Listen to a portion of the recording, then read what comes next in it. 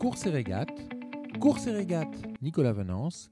Courses et régates, une émission d'actunautique.com. Bonjour et bienvenue à vous sur Courses et régates, un Courses et régates en direct depuis la bibliothèque du Yacht Club de France. Je vous propose de rencontrer tout de suite Mathieu Lebihan, agent pour le transporteur maritime Seven Star Yacht Transport, qui va nous parler des services développés pour les armateurs de voiliers qui suivent les grands circuits de course au large du monde, IRC et RORC. Bonjour Mathieu Lebihan. Bonjour Nicolas.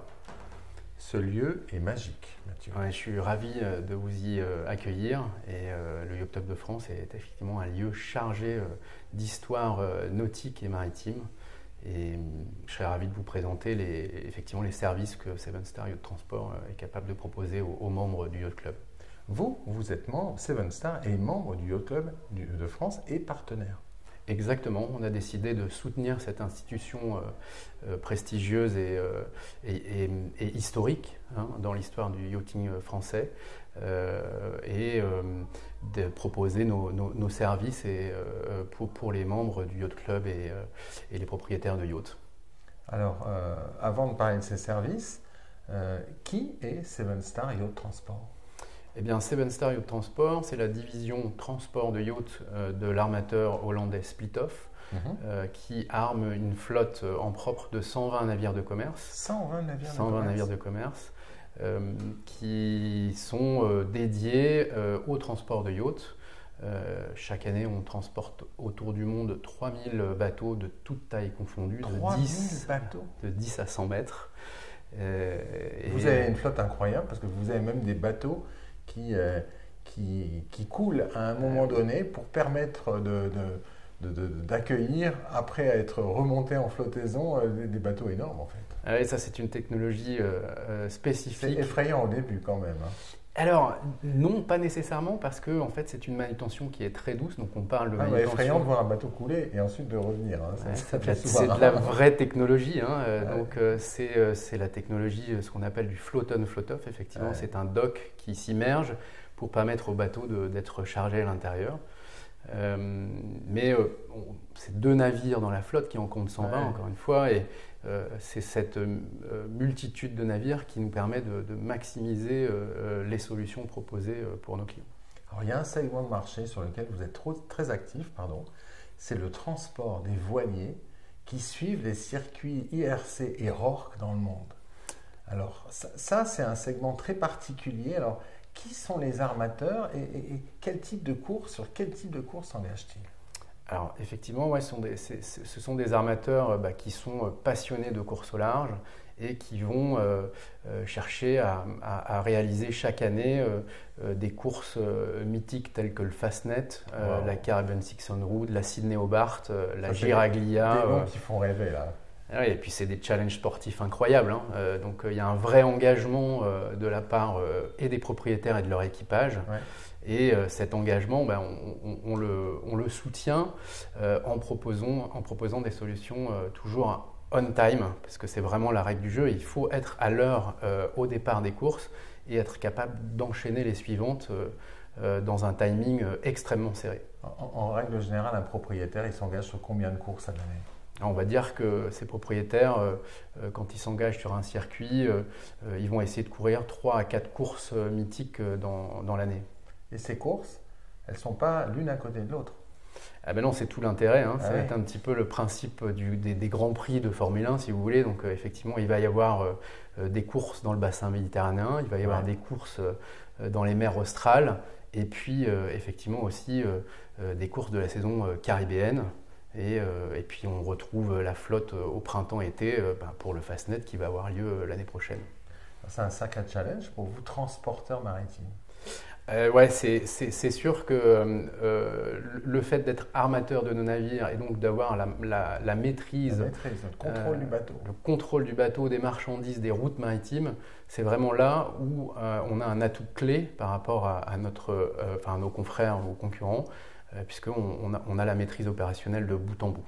Ah oui, c'est votre bateau, c'est votre capitaine et il sait où il va. Exactement.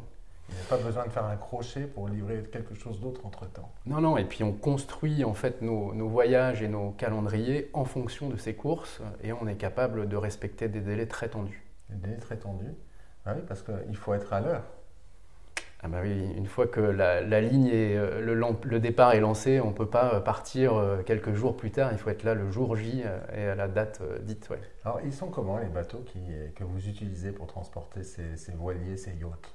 Alors, principalement, on utilise notre flotte de navires multipurpose. Ouais. Donc, ce sont des navires très versatiles. On réserve la partie de la pontée des navires et ils sont équipés de leur propre grue. Donc, on est totalement autonome en termes de manutention. Et on prend les yachts directement depuis flot au port de chargement, Antigua par exemple, et on va livrer le bateau à destination à flot. Donc c'est vraiment du plug and play.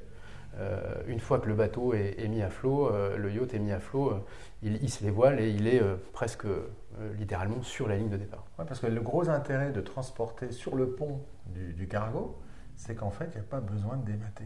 Alors on laisse les bateaux mater, c'est effectivement le gros avantage technique de notre solution, puisque ça permet d'éviter les temps d'immobilisation des yachts entre les courses. J'imagine que ces yachts, ils ne voyagent pas tout seuls quand même. Parce qu'un équipage qui s'engage en IRC ou en RORC, il y a quand même du matériel. Alors effectivement, hein, il y a les voiles de convoyage et puis un certain nombre de matériels de spare qui sont transportés dans des conteneurs qui appartiennent au team. Ouais. Et puis les modes de construction de ces bateaux qui sont des bateaux de course, des purs racers, ils ont leur propre berre. Donc effectivement, on organise la logistique aussi de ces spares, de ces containers et de ces berres. Alors, quelle est l'attente des propriétaires ? Et en quoi est-ce que vous vous distinguez de vos compétiteurs ? Notre marque de fabrique, c'est déjà qu'on a une maîtrise opérationnelle complète. Chez Seven Star, on a un design office d'une dizaine de personnes à Amsterdam qui réalisent les plans de chargement, les plans de levage, qui sont en conformité avec les modes de construction du bateau, cahier des charges du bateau, voilà, exactement. Et puis, comme je vous le disais, le fait de transporter 3000 bateaux par an, ça permet aux équipages sur les navires d'avoir une grande expérience. Cette expérience, j'imagine qu'elle est prépondérante, elle est indispensable. Ah bah oui, parce qu'on ne manipule pas des bateaux de carbone qui sont des vraies libellules, très très fragiles, avec n'importe quel type de grue et n'importe quel équipage. Donc il faut vraiment avoir une expérience. Une expérience. Qu'est-ce que vous dites à un propriétaire qui jusqu'à présent n'a jamais confié le transport de son bateau à Seven Star ? Eh bien, essayer, c'est l'adopter peut-être, je dirais ça, d'une certaine manière. La différenciation. Ouais, c'est la fiabilité surtout en fait. Hein. C'est surtout ça qu'on essaye de proposer. Hein. C'est des vraies solutions complètes. Alors, évidemment, 120 navires, ça nous donne beaucoup de possibilités, des routes maritimes partout dans le monde. Mais quand on n'arrive pas à proposer des solutions sur nos propres navires, on est capable, avec notre savoir-faire et les accords qu'on a pu passer avec des compagnies maritimes majors, des lignes containers comme CMA CGM, Maersk, MSC, d'aller proposer une solution totalement à façon sur ce type de navire. Du cousu humain, là. C'est du cousu humain. Ils permettent une grande flexibilité parce qu'en général, quand nous, on a des départs saisonniers ou mensuels, les lignes containers, elles partent de chaque port, de chaque semaine. Donc là, on peut vraiment construire des choses totalement dédiées et à façon.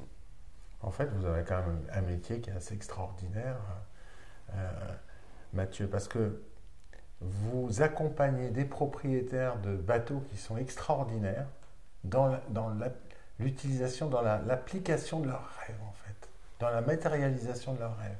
Oui, c'est ça, on est vraiment là pour les aider à réaliser leur rêve de pouvoir enchaîner on va dire ça la Magic Four, donc c'est le fait de pouvoir réussir à enchaîner la Middle Sea Race, la Sydney Hobart, la Caribbean 600 et puis d'être à l'été à cause pour le départ du Fastnet par exemple. Ça c'est un circuit incroyable puisque le bateau aura voyagé autour du monde et aura réalisé les courses et des circuits mythiques. Voilà, c'est ça.